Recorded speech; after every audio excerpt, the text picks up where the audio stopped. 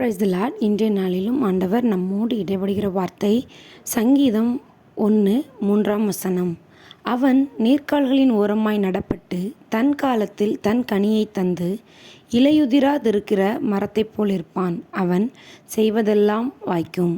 ஆமேன். யாரு அவன்? அவன் போட்டிருக்க அந்த அவன் யாரு?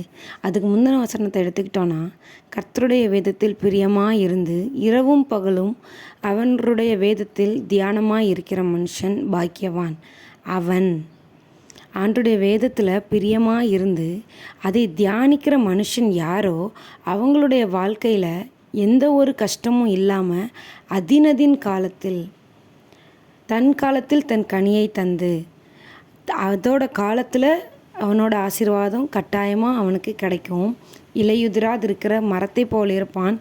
அவன் என்ன செஞ்சாலும் அது என்ன செய்யும்? வாய்க்கும். ஒருவேளை நம்முடைய வாழ்க்கையில் செய்கிற காரியங்கள் வாய்க்காமல் நம்ம நஷ்டத்தில் இருக்கிறோம், இல்லைனா ஏன் எனக்கு மட்டும் இப்படி ஒரு சம்பவம் நடந்தது, நான் ஜெபம் பண்ணிட்டு தானே செஞ்சேன் அப்படின்னு சொல்லி நம்ம யோசித்து கலங்கி கொண்டு இருக்கலாம். இலையுதிராது இருக்கிற மரத்தை போல் இருப்பான் அப்படின்னா என்ன அர்த்தம்?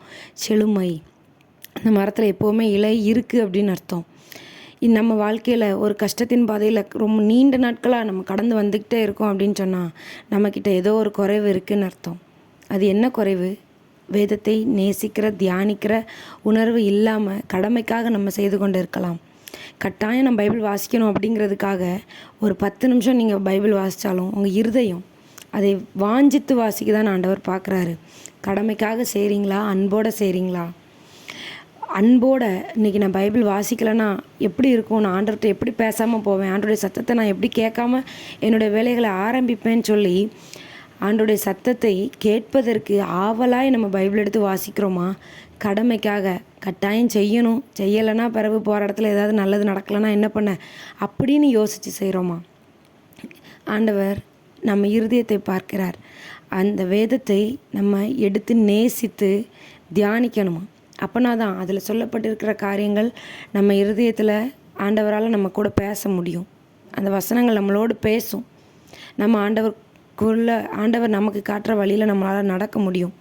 அதனால் ஒரு வேளை நீண்ட நாட்களாக கஷ்டத்துலையோ இல்லை நஷ்டத்துலையோ இல்லை ஏன்னு சொல்லி விட தெரியாமல் புரியாமல் இருந்தீங்க அப்படின்னு சொன்னால் உங்கள் கஷ்டத்துக்கான உங்களுடைய தடுமாறுதலுக்கான காரணம் இதாக கூட இருக்கலாம். அதனால் வேதத்தை நேசித்து வாசிங்க, அதிகமாக தியானம் செய்யுங்க, ஆண்டவரோடு நேரத்தை செலவிடுங்க, அளவில்லாத ஆசீர்வாதத்தை பெற்றுக்கொள்ளுங்கள். God bless you.